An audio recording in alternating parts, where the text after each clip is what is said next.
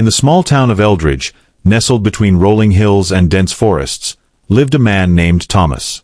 His life was simple, filled with the rhythms of nature and the quiet companionship of his dog, Max. Every morning, he would walk through the woods, breathing in the crisp air and marveling at how time seemed to stand still in this forgotten corner of the world.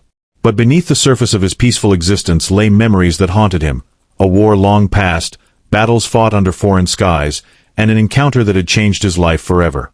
It was decades ago when Thomas, then a young soldier, found himself on the front lines of a conflict unlike any other. The enemy wasn't human. They were beings from another world, tall, blue-skinned creatures with luminous eyes that seemed to pierce through the soul. They called themselves the Valens, and their arrival on Earth had sparked chaos. Humanity had been unprepared for their advanced technology and ruthless tactics.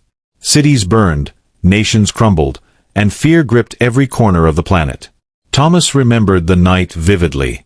He had been part of a reconnaissance team sent deep into enemy territory to gather intelligence. Their mission had gone horribly wrong when they were ambushed by Valen forces. One by one, his comrades fell until only he remained, crouched behind a shattered wall, clutching his rifle as explosions lit up the sky. It was then that he saw her. She was different from the others, not just because of her smaller frame or the strange markings etched onto her skin, but because she was alone. She stumbled through the wreckage, her movements frantic, her glowing eyes wide with terror. At first, Thomas thought she was injured, perhaps fleeing from her own kind. But as he watched, he realized she was being pursued.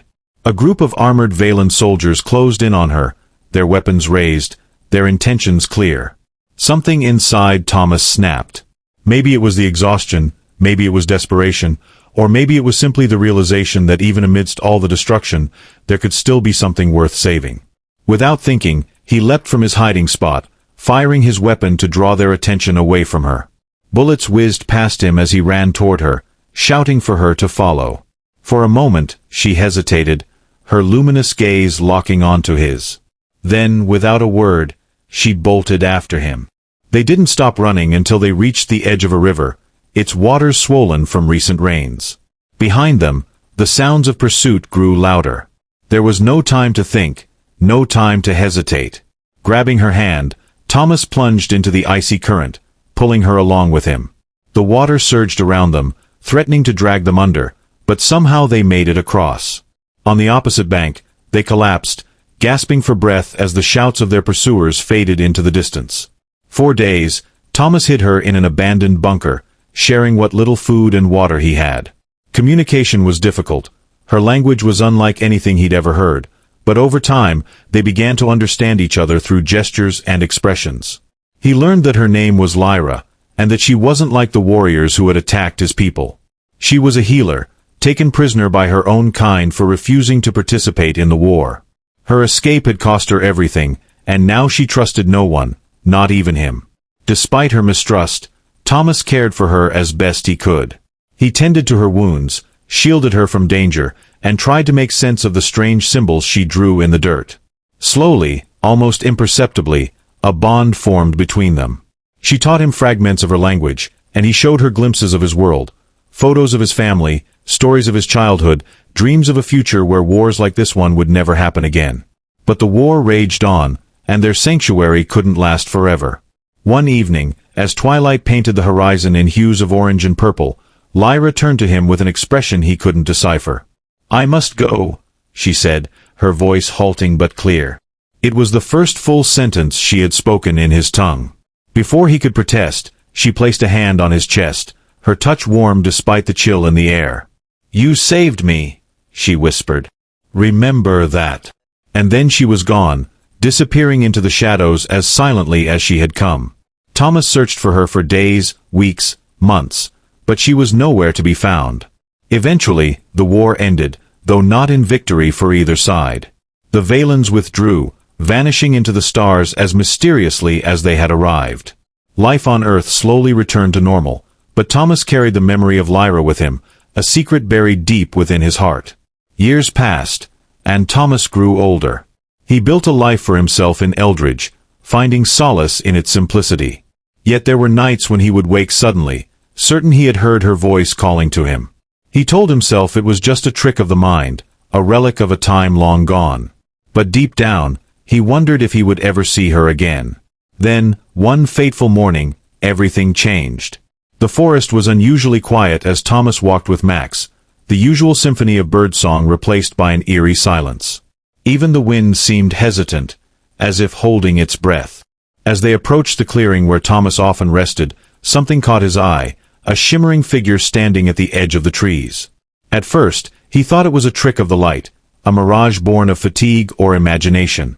But as he drew closer, his heart skipped a beat. It was her. Lyra. She looked much the same as he remembered, though her presence now radiated an aura of power that hadn't been there before. Her blue skin glowed faintly in the sunlight, and her eyes, those piercing, luminous eyes, seemed to hold galaxies within them. She wore robes adorned with intricate patterns that shifted and danced as though alive, and in her hand, she held a staff carved from some unknown material, its surface etched with runes that pulsed with energy. "Lyra," Thomas whispered, his voice trembling. He took a step forward, but she raised a hand, halting him in his tracks. Her expression was unreadable, a mixture of sorrow and resolve that sent a chill down his spine. "You have waited," she said, her voice resonating like a distant echo. "And now I return." Before Thomas could respond, the ground beneath them trembled. Trees swayed violently, and the air crackled with electricity. From the sky descended a fleet of sleek, metallic ships, their surfaces reflecting the sun's rays in blinding flashes. They hovered above the forest, casting long shadows over the landscape. The sight filled Thomas with dread. He recognized the design immediately. These were Valen vessels, far more advanced than anything he had encountered during the war. "What's happening?" he asked, turning to Lyra. "Why are they here?" Her gaze softened slightly, though her posture remained rigid. "They seek me," she replied. "And you?" Max growled low in his throat, sensing the tension in the air. Thomas instinctively reached down to calm him, his mind racing. "Why would they want me? I'm nobody." "You are wrong," Lyra said firmly. "You are more than you know. That is why I came back, to protect you." Protect him. The words felt surreal, almost absurd. How could someone like him, a simple man from a quiet town, possibly warrant protection from beings capable of interstellar travel? And yet, looking into Lyra's eyes, he knew she wasn't lying. Whatever role he played in this unfolding drama, it was significant. As if to underscore her point, a beam of light shot down from one of the ships, illuminating the clearing. Figures emerged from the brightness, Valen warriors clad in armor that gleamed like liquid silver. Their weapons hummed with latent energy, and their faces were obscured by helmets that gave them an insect-like appearance. They moved with precision, surrounding Thomas and Lyra in a matter of seconds. "Do not resist," Lyra murmured, stepping in front of him. Her staff began to glow brighter, casting an ethereal light that made the warriors pause. For a moment, it seemed as though time itself had frozen. One of the Valens stepped forward, removing their helmet to reveal a face eerily similar to Lyra's, though harsher, colder. "Sister," the figure said, addressing Lyra with a tone that was both mocking and reverent. "You cannot hide forever." "I do not hide," Lyra shot back, her voice steady despite the danger. "I prepare." The warrior tilted their head, studying her intently. "And what of him?" they asked, gesturing toward Thomas. "This fragile creature? What purpose does he serve?" Lyra's grip tightened on her staff. "He serves none but himself. But harm him, and you will answer to me." A ripple of laughter spread among the warriors, though it lacked warmth. "You forget your place," the leader continued. "You are an exile, a traitor to our kind. Your powers mean nothing here." Thomas felt a surge of anger rise within him. Despite the overwhelming odds, he couldn't stand idly by while Lyra faced these threats alone. "Leave her alone," he shouted, stepping beside her. "If you've got a problem, take it up with me." The warriors turned their attention to him, their glowing eyes narrowing. "Bold words for such a weak species," one of them sneered. "Perhaps we should demonstrate why humans are inferior." Before anyone could react, a bolt of energy shot toward Thomas. Instinctively, Lyra thrust out her staff, creating a shimmering barrier that absorbed the attack. The force of the impact knocked them both backward, but they quickly regained their footing. Lyra's expression hardened, and the runes on her staff flared with intensity. "Enough!" she commanded, her voice echoing with authority. "You will not harm him. Not today." The leader of the warriors regarded her coolly.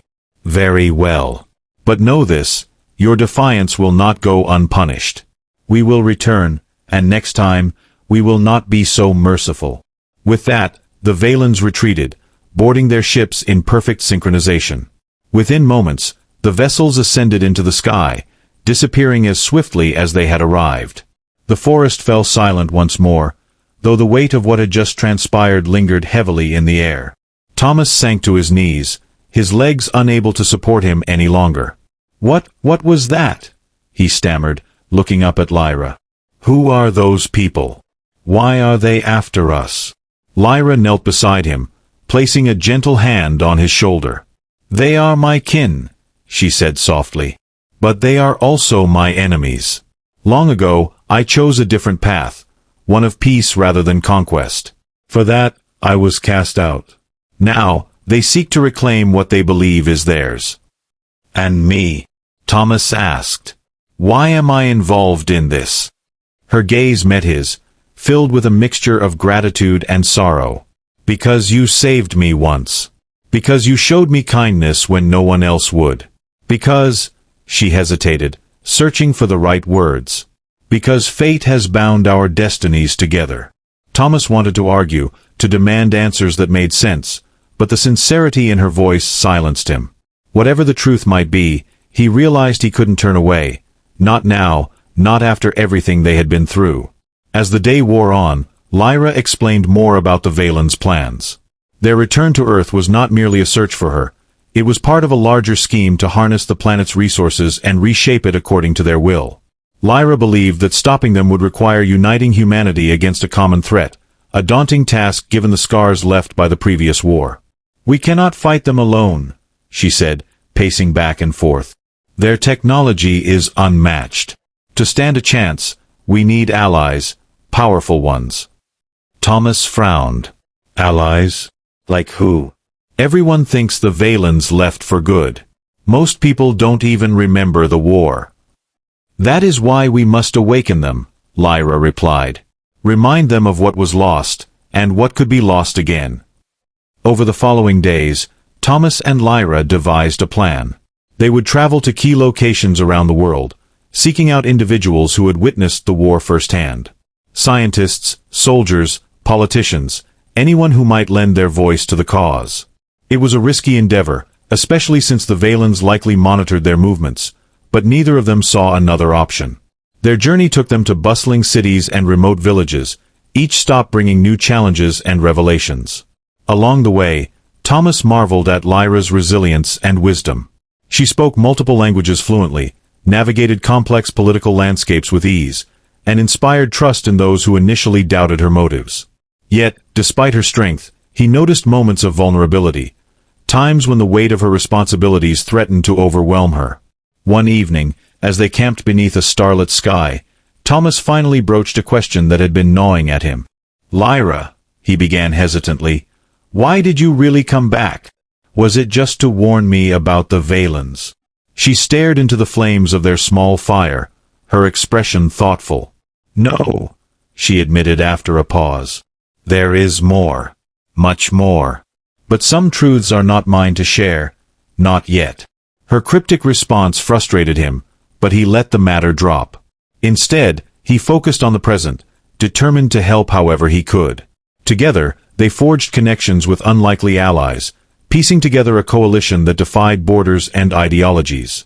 Yet, as their efforts gained momentum, so too did the Valens' aggression. Reports of disappearances and mysterious phenomena began to surface worldwide. Entire communities vanished overnight, leaving behind only scorched earth and unanswered questions. Governments scrambled to respond, but their attempts were futile against an adversary that operated beyond conventional understanding. Through it all, Lyra remained steadfast, her determination unwavering. But Thomas could see the toll it was taking on her. Dark circles formed under her eyes, and her movements grew slower, heavier. Still, she pressed on, driven by a purpose he couldn't fully comprehend. Then came the day when everything changed. They had gathered in a secluded valley, surrounded by towering mountains that offered natural protection. Representatives from various factions stood together, united by a shared goal, to resist the Valens and defend Earth. Speeches were made, strategies discussed, and promises exchanged. For the first time in years, hope flickered like a flame in the darkness. But as the meeting drew to a close, Lyra stepped forward, her staff held high. The runes upon it pulsed with a brilliant light, drawing everyone's attention. "Listen carefully," she said, her voice carrying an urgency that silenced the crowd. "The battle ahead will test us all. Some may fall, but we must endure. Remember why we fight: for freedom, for survival, for the future." Her words hung in the air, resonating deeply with those who heard them. Then, without warning, she turned to Thomas, her expression grave. "Kneel," she commanded. Confusion swept through the assembly, followed by murmurs of disbelief. Kneel to a human. The request seemed absurd, even insulting. But Thomas didn't hesitate. Trusting Lyra implicitly, he dropped to one knee, bowing his head. "What is the meaning of this?" demanded a voice from the crowd. It belonged to General Hargrove, a grizzled veteran who had lost countless men during the war. His face was red with indignation. "Is this some kind of joke?" Lyra ignored him, focusing solely on Thomas. She extended her staff, touching its tip to his forehead. A surge of energy coursed through him, filling his body with warmth and clarity. Images flashed before his eyes, visions of battles yet to come, alliances forged and broken, sacrifices made in the name of hope. When the sensation subsided, Thomas rose shakily to his feet. He felt different, stronger, not physically, but mentally. As if a veil had been lifted, revealing truths hidden in plain sight. "This man," Lyra declared, addressing the stunned audience, "is your leader. He carries the spark of destiny within him. Follow him, and you will prevail." Gasps rippled through the crowd, followed by protests and accusations. Some refused to believe her, dismissing her proclamation as madness. Others watched Thomas with newfound curiosity, wondering if there was indeed something extraordinary about him. Amid the chaos, Lyra leaned close to Thomas, her voice barely audible. "Trust yourself," she whispered. "You are ready." And with that, she vanished, leaving behind only a faint trace of her presence. The valley fell silent after Lyra's departure, her words hanging heavy in the air like storm clouds before a tempest. Thomas stood frozen, unsure of what had just happened or why Lyra had entrusted him with such an enormous responsibility. Around him, the gathered leaders shifted uncomfortably, their expressions ranging from skepticism to outright hostility. General Hargrove was the first to break the silence. "This is ridiculous," he growled, stepping forward with clenched fists. "A farmer from some backwater town leading us? Against them." He pointed skyward, where faint silhouettes of Valen ships occasionally passed overhead, reminders of the looming threat. "We need someone with experience, not some nobody who got lucky once." Thomas flinched at the accusation but held his ground. For reasons he couldn't fully explain, Lyra's touch had awakened something within him, a clarity, a resolve that burned brighter than any fear. He looked around at the assembled faces, meeting their eyes one by one. Some were skeptical, others curious, but all carried the same weight, the burden of survival. "I don't know why she chose me," Thomas admitted, his voice steady despite the turmoil inside him. "But I do know this, I've seen what they're capable of. I've fought them, bled for this world, and I won't let them take it without a fight. If you want to stand here arguing about who should lead, fine. But while you're doing that, they'll be out there preparing to crush us." His words struck a nerve. A few people nodded reluctantly, while others exchanged uneasy glances. It wasn't agreement, but it was a start. One woman stepped forward, a scientist named Dr. Elena Vasquez, whose research on alien technology had made her a target during the war. Her dark eyes studied Thomas intently, searching for cracks in his composure. "You say you've seen them up close," she said slowly. "Tell me, then, What makes you think we can win? Their weapons, their ships, their sheer numbers. We're outmatched in every way. Thomas hesitated, recalling the countless battles he'd witnessed, the lives lost to overwhelming odds. But then he remembered Lyra's faith in him, her unshakable belief that humanity could rise above its limitations. Because we have something they don't, he replied firmly. Hope, determination, and each other. The crowd murmured, uncertain but intrigued. Hope was a fragile thing, especially in times like these, but it was also powerful. Slowly, alliances began to form, not because of blind trust, but because desperation left little room for pride. Over the following weeks, Thomas threw himself into preparations, working tirelessly alongside the coalition to devise strategies, gather resources, and rally support from communities across the globe. News of the Valens' return spread quickly, reigniting old fears and sparking new ones. Cities fortified themselves, militias formed overnight, and governments scrambled to present a united front. Yet, even as progress was made, doubts lingered. General Hargrove remained a vocal critic, openly questioning Thomas's leadership at every turn. You may have convinced some of these fools, he sneered during one particularly heated meeting, but when the real fighting starts, they'll see you for what you are, a liability. Thomas met his glare head-on, refusing to back down. Then prove me wrong, he shot back. Show me how to lead better. Or shut up and let me do my job. Though tensions simmered, the group continued to work together, driven by necessity if not unity. Under Thomas's guidance, they developed tactics tailored to exploit weaknesses in Valen technology. Weaknesses identified through painstaking analysis of data collected during the last war.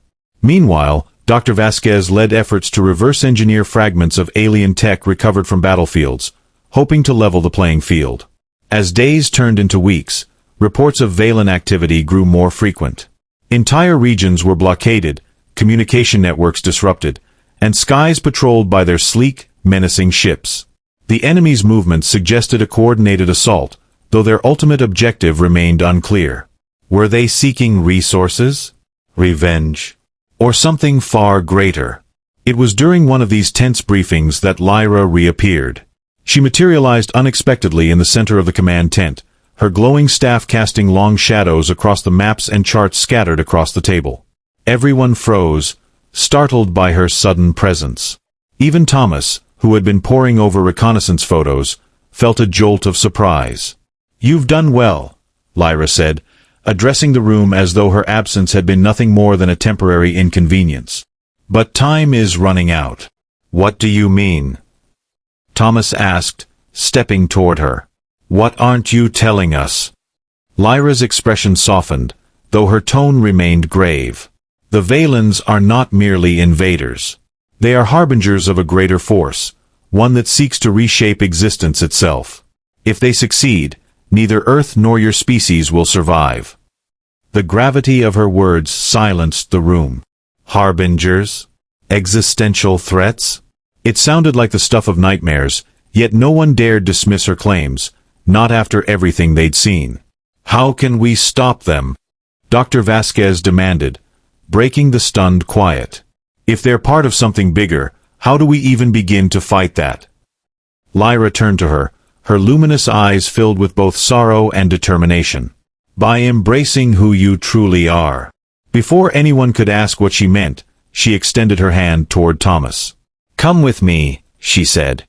There is something you must see. Reluctantly, Thomas followed her outside, leaving behind a chorus of protests and questions.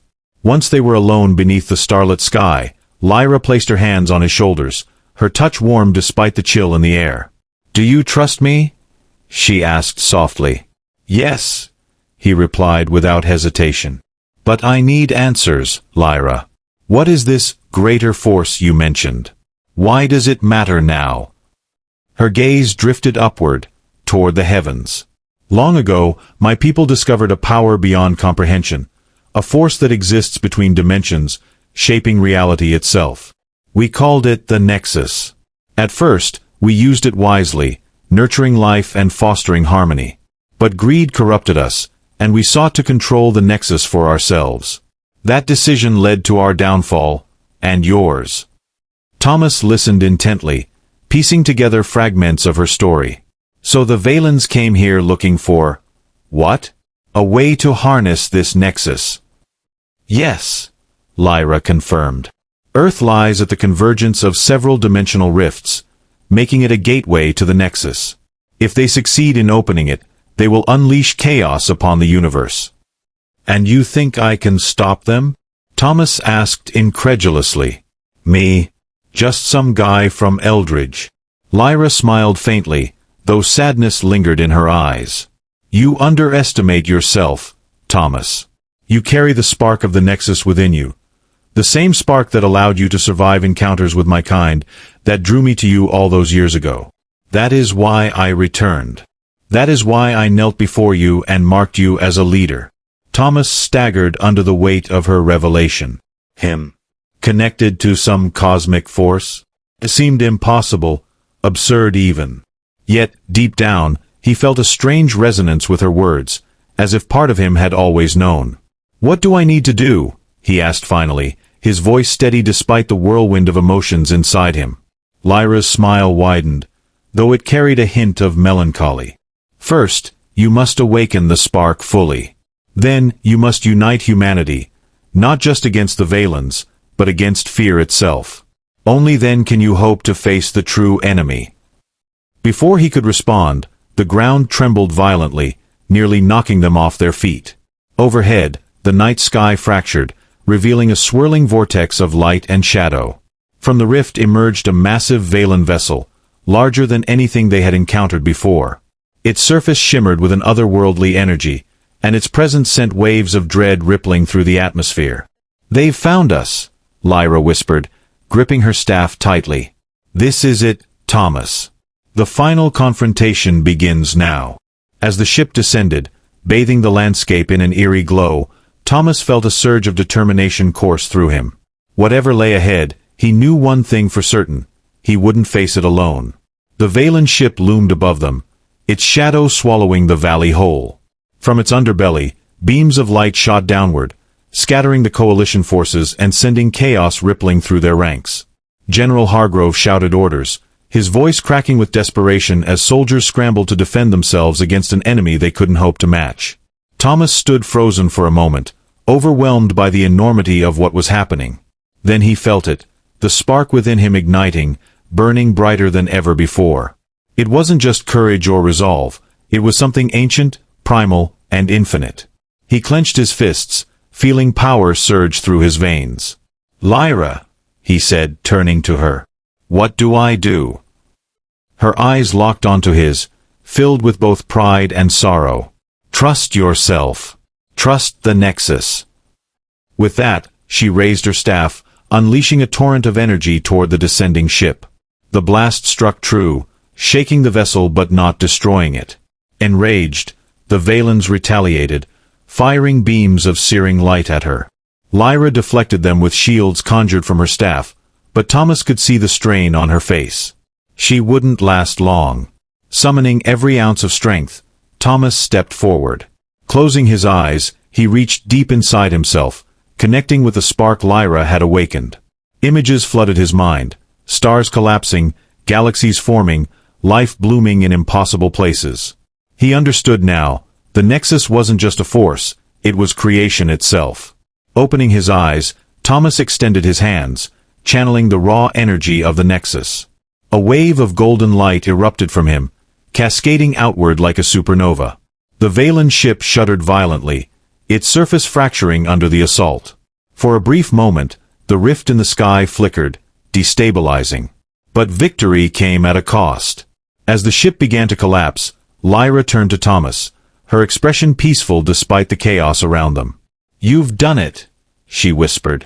"Now finish it." Before he could respond, she lunged toward the rift, her staff glowing brighter than the sun. With a final, deafening pulse of energy, she sealed the dimensional tear, cutting off the Valen's connection to the nexus. The massive ship imploded in a burst of light, vanishing into nothingness. When the dust settled, Thomas fell to his knees, exhausted but alive. Around him, survivors emerged from hiding, staring in awe at the empty sky. But as he looked around, searching for Lyra, his heart sank. She was gone. Days later, Thomas returned to Eldridge, forever changed. Though the war was over, her absence left a void no words could fill. Still, he carried her memory with him, knowing she had given everything to ensure humanity's survival. And as he walked through the forest where their journey had begun, he swore to honor her sacrifice, not with grief, but with hope. For the first time in years, the stars above seemed a little brighter.